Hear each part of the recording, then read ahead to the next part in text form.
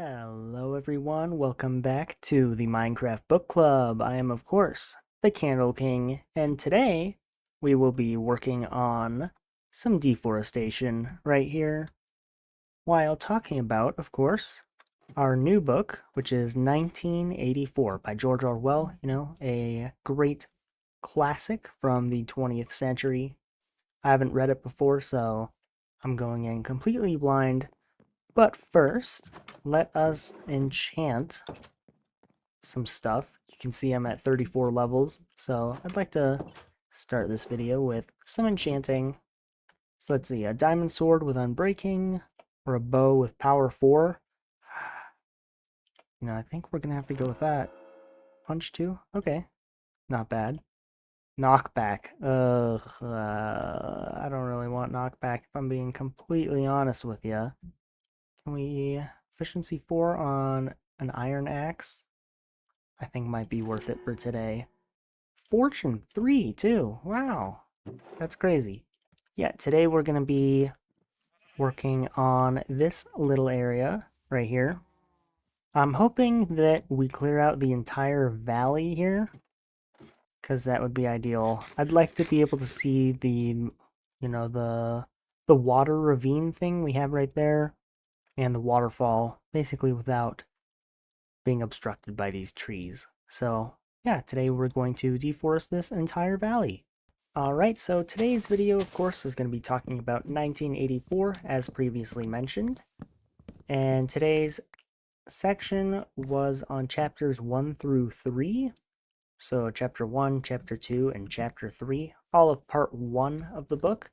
But first I'm going to give like a brief summary of what happened in the chapter, and then I'm going to go through some of the more smaller details, talking about what I thought about them, or if they brought up anything I was thinking about for modern society, and, just have a general fun talk of the book. So basically, a short summary of this section is we meet our main character, at least I think it's going to be the main character, but this man named Winston. He is a guy that works in like a ministry, I think of truth maybe, or Ministry of Peace or something like that. And he basically does not like the world he lives in. So they have like a big overruler propaganda thing called Big Brother. It's not like that weird TV show. I don't even know what the TV show is, but I know there's something called Big Brother because if you search it, some random TV show comes up. But anyway, yeah, this Winston guy hates Big Brother and has like a journal, which is illegal, and he's very nervous about writing. He also, I think in chapter 3, or it might be chapter 2, he goes and fixes something wrong in his neighbor's apartment, and the kids call him a traitor and like try and kill him, basically. It's all like play fighting, but he's still very concerned that this is how the youth is acting, trying to kill him for the government. There's also like small hints of his parents and sister being sacrificed for his own success. It's not really clear what that means quite yet, but he does make mention of it. So we don't know too much about his family quite yet, except for the fact that they are dead. And then I think setting-wise, they mentioned that the country they're in, which I think he's in like Airstrip 1, which is what they're calling Great Britain, but he lives in London. That's where this is set. But this country he lives in has been at constant war with either Eurasia, which I imagine is like the equivalent of the Soviet Union, and it's also been constantly at war with Eastern Asia, which is like a China equivalent, is how I'm going to interpret it. But these two countries are, one is always at peace with our main character's country, and one is always at war. But they switch off, and the government switches as well. They're like, oh yeah, we've always been best friends with Eurasia, but we hate East Asia. But then they'll switch it as soon as it's convenient for them. So that's the general synopsis of chapters 1 through 3. So now I'm going to go through individual details that I noticed. All right, so the first specific thing I want to talk about in the book is the opening line to chapter 1, which is the first line of the book. And, a lot of these famous books have just iconic first lines, and 1984 is certainly one of them. I really liked the first sentence in this book, which was, "It was a bright, cold day in April, and the clocks were striking 13." It's just subtly different from what you're expecting, that it makes you realize, like, oh, this world is different. The clocks are striking 13. Um, that's a very good literary choice, I think, because it definitely grabs your attention. It helps basically show you what the world is going to be like. And I don't know, I just thought it was a very good opening line for the book. So right off the bat after that, we jump into basically the start of Big Brother for this book. And Big Brother is just this like propaganda figure that's basically there to say like, hey, we're always watching you, like Big Brother is here and is watching you. And we jump right into that through the usage of a poster that Winston walks by in the hallway. And the poster is one of those posters where the eyes kind of follow you wherever you walk. I think the Mona Lisa is like that. I'm not sure, but it always feels like the subject is looking at you. I haven't seen the Mona Lisa live, but in Mount Vernon's museum, which is George Washington's house, they have some artists like sculpture of him. It's like his face that's been inverted, and wherever you walk, it looks like the face is looking directly at you. And it's like the entire face, not just the eyes. But those pieces of art are really interesting and cool. I've always been fascinated by them. So I thought it was interesting that, they were used as, part of the Big Brother stuff, because it fits really well with, Big Brother's always watching you. So, of course, if they put him on a poster, it's got to be designed in a way that, makes it look like he's always watching. So I thought that was a cool little aspect of the poster. Like he's putting symbolism into the art that you can't even see, right? Like it's just words on a page, but you can visually picture this poster or imagine it, you know. And I think that takes some skill to do, is designing a piece of art using only words on a page that still is able to convey, some level of symbolism or like a metaphor to it. So I really enjoyed the usage of his posters, surprisingly. I was not expecting him to have really good art descriptions, but, just that by itself, I thought was really cool and symbolic of what Big Brother is supposed to be, right? An overseer, always watching. So another interesting thing I found about the book was the telescreens, which are, I imagine, these like TVs inside everyone's rooms that apparently constantly transmit, I imagine, to the government. But they have a good view of your house and you and your family. So the interesting part that I found about it was the fact that it was mentioned that you can dim the devices, but you cannot really turn them off, right? And I was like, huh, that sounds oddly familiar. And that's because we all have phones that, you turn them off, but really they're always in just sleep mode, right? You don't actually turn off your phone. That's very rare. Usually, whenever I turn off my phone, it's because my teacher tells me, like, hey, you gotta turn off your phones for this test. And I'm like, okay, sure. And then I'll hold the power button down and actually turn it off. But for everyone else, your phone is on constantly and it's just sitting there. So we basically have the telescreens that are being talked about, especially because I mean, there's all those jokes about that everyone having their own individual NSA worker that watches them. I don't know if that joke's old. I haven't really been on Instagram Reels in a long time, so I don't know if that's still a joke or not, but everyone has their own personal NSA agent watching them, right? That's basically what the telescreens are, is that people are being constantly surveyed, and you can never really turn off the telescreen. All you can do is dim it and turn on the volume, which I thought was very similar to what modern day phones have become. Because, I mean, don't quote me on this. I heard it somewhere, so I don't know how credible it is, but I'm pretty sure the president is not allowed to have like an iPhone or an Android or any of those modern sleek phones. I think they are forced to have a BlackBerry, and it's because in important meetings they can't tell if the iPhone is, on or off or not. But with a BlackBerry, you can physically take the battery out and make sure that, it's not just dimmed, but completely off because there's no electricity flowing through the phone. What we today have deemed a necessity is something that would have terrified Orwell, which is the modern phone. We all have like the Alexa devices in our house too now, right? It's constantly listening for its name to be said.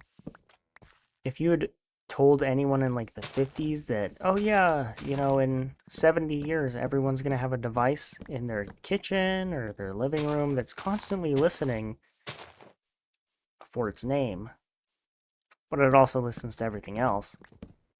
But, you get really cool music and you can play games with it and it tells you when your package is arriving. People would call you insane. They're like, yeah, humans aren't that stupid. They aren't going to put devices like that in their house willingly too. It's not a government mandate. They're just willingly going to do it. It's crazy how how trusting we've become of technology over the past not even century, right? Even just the past 10 years, it's been a crazy amount of trust put into these devices. See, the best way to make everyone get these devices isn't through government mandates, but through social necessity. I'm not here to say like a conspiracy theory or anything like that. I'm just spitballing ideas. But it is something to think about, something to ponder, right? I'm not saying the government's actually listening to you, but it is something to consider that if that power were to be put in the wrong hands, that it would be very easy for someone to spy on modern American society. Another interesting quote I found from the book. Um, I don't really have much to say on it, but I thought it was kind of just a fun quote. The quote was, "War is peace. Um, Freedom is slavery. Ignorance is strength." That's like the slogan of the government, I guess. I thought, it's very, I don't know, it's just a fun quote in general. I don't have much to say about it. I just wanted to bring it up. I also liked the naming of his ministries. I think there's only been four mentioned in the world so far, but they're all pretty funny. It's a little ironic humor, which is always fun. I always enjoy ironic humor. But it was the names of his ministry, which is the Ministry of Truth, the Ministry of Love, the Ministry of Plenty, and the Ministry of Peace. It's very funny that the ministries would be named that, at least to me. It's a little humorous joke, but it happens in real life, right? North Korea is the Democratic People's Republic of North Korea, and it's the same with these ministries, right? It's not really the Ministry of Truth. I don't really know if ironic is the worst or the best word, but I've always found it kind of annoying that the Department of Defense is called the Department of Defense. It used to be called the Department of War. I think Department of War sounds a lot cooler and it's a lot more, I guess, in your face. And it's not hidden away like some politician was like, oh, we don't want to call it the Department of War. We actually want to call it the Department of Defense because no, no, we're not evil. When it does the same thing. So, Secretary of Defense should definitely be called Secretary of War. That's my take. It's just a cooler title, anyway. It's not like anyone really matters because it's the same job. Another thing that I thought was pretty fun was that there are these things called like victory products. I don't remember a specific thing, but like a lot of their products are just called like victory this or victory that. And this is a fun propaganda technique that a lot of countries use, right? I think the United States renamed a bunch of German foods to like America this in like World War One. And even as recently as the early 2000s, we have, I think, France. We were upset at France or something because they weren't supporting us in Iraq or Afghanistan like strongly enough. So we had renamed French fries to Freedom Fries for a bit, which is pretty similar to the whole victory products, right? You can have your victory cigarette with a pile of Freedom Fries. I think 1984 is probably a big anti-propaganda book, at least from what I'm getting so far. Very anti-public relations, hiding what you really are type of book. I've heard it's a very anti-dystopian book, but it was also banned in the United States for being pro-communist and banned in the USSR for being, pro-capitalist. So when you write a book that's banned by all countries, you've done a good job. It's like the ultimate award for any journalist is being assassinated by the CIA. That's when you know your work truly mattered. Also, this area is really pretty. I have no clue what we're going to do with it. I also don't know if I want to deforest this area. We'll have to take a look further back. Yeah, honestly, I think I'm going to have to deforest some more. Those big trees are going to be a very big pain to get rid of, but I might leave them for now and just do all the small trees because I think there's a border with the old growth taiga. Oh, we're pretty close to being done here because there's not that much old growth taiga around here. One of the scenes in the book was about, I think, our main character was in some conference or something where the government was showing how the military had bombed some like refugee boat and how everyone was celebrating because the refugees were from Eurasia, which they're at war with, something like that. And our main character kind of just got really grossed out by it and had to leave. And that's what instigated him buying the journal, is because he wanted to write about his thoughts, which is illegal. But I thought that was a interesting catalyst, especially given the political nature of the United States right now. Everyone also loves to say like America is so polarized. It's never been like this before. It's been worse, right? If you look at the elections in the 1880s, 1890s, those elections were about as bad and as polarized as today. So it's not a new thing. America has always been polarized. People just, think that's not the case. Because if America wasn't polarized, we'd have a like a majority party, which we definitely do not have a majority party right now. So we are going to be polarized because that's just the way it works out, you know? At least that's what my professor said.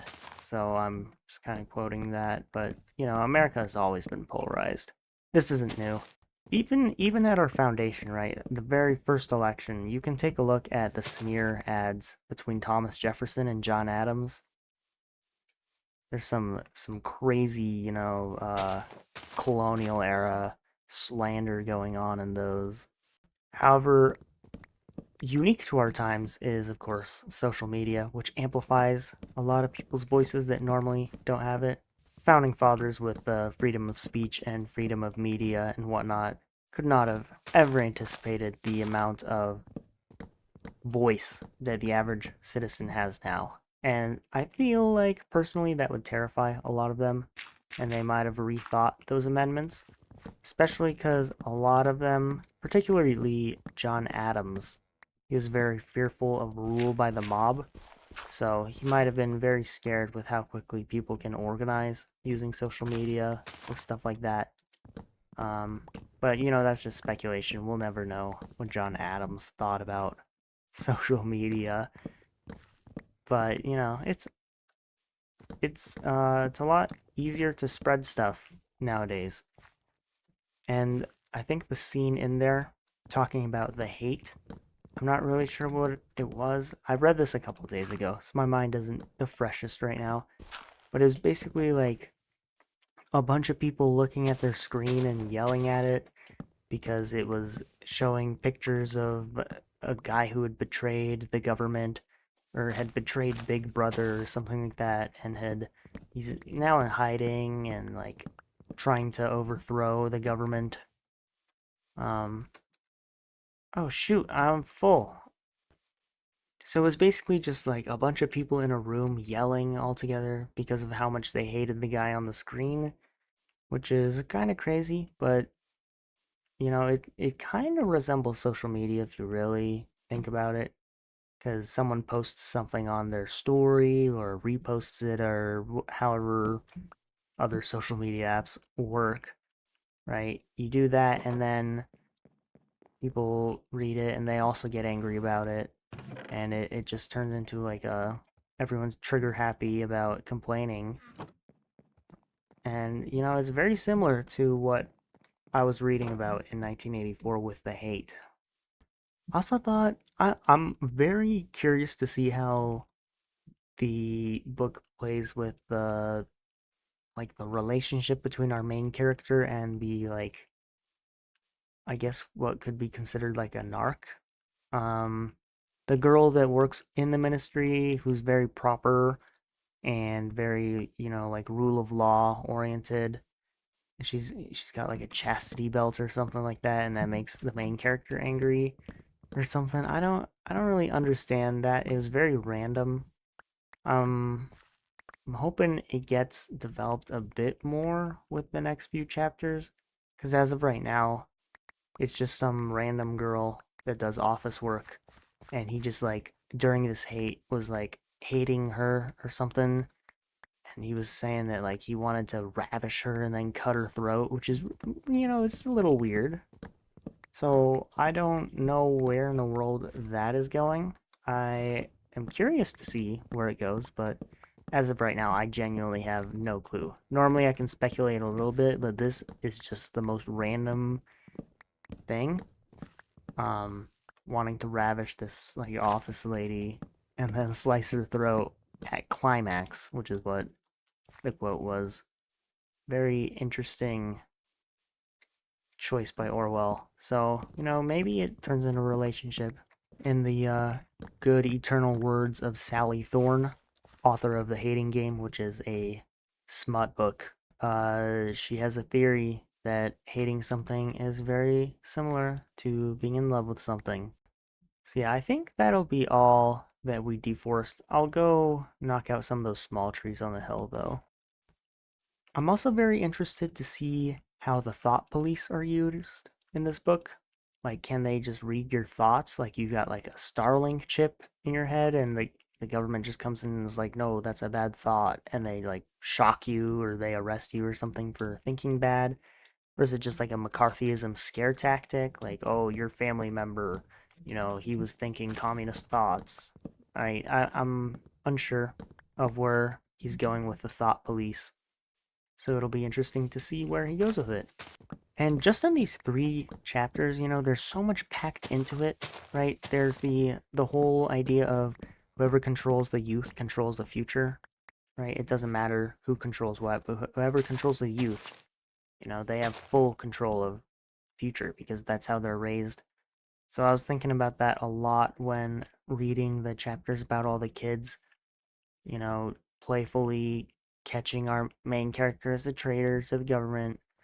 It's fun and games for them, but they'll eventually get to that point where it is just reality, right? Always catching traitors. And then just the general, I guess we would call it gaslighting for history, is an interesting concept that Orwell touches on in this book so far, at least in the first couple chapters, right? Is that the government's always like, oh no, we've always been friends with this country.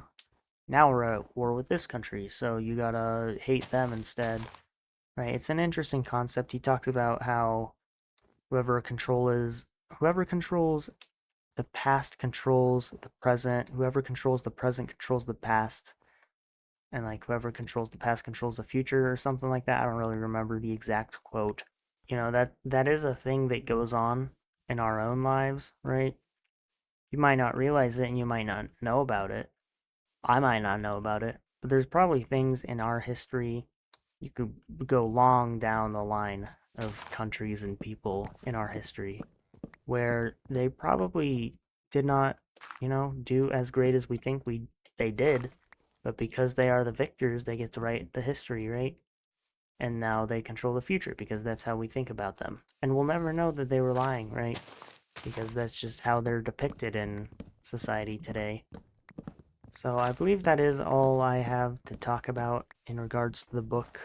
But yeah, for next week, we're going to be reading, or not next week, next episode, we're going to be reading, or I'm going to be reading, you can choose to read if you want, but I'll be reading and reviewing chapters 4, 5, and 6 for part 1, and then I'll be talking about them there in episode 10, which should be fun. I'm enjoying this book a lot. Um, it's not as useful as, the last book, The Ruthless Elimination of Hurry, but it is a lot more thought-provoking and I think culturally significant. So I'm enjoying the read for sure. But yeah, look at that. A lot deforested with that right there. Very nice. I say I get enough levels for, I think, one more enchantment. We can try the diamond sword, see if we get anything we actually want, and then I'll be done. Alright guys, I got the 33 levels, so let's see what enchantments we can get. Let's see, Unbreaking 3, Unbreaking 3, Efficiency 4. Ooh, that might be a hard one to not get. Yeah. Yeah, that's definitely going on the axe or something. Sweeping Edge 3, I don't know about that, man. Silk Touch. Ooh. I don't think we need another Silk Touch because we have the shovel and we have the pick. So I am going to ignore Silk Touch. We'll just do... Oh my goodness. Dude. I should have gotten the Silk Touch book.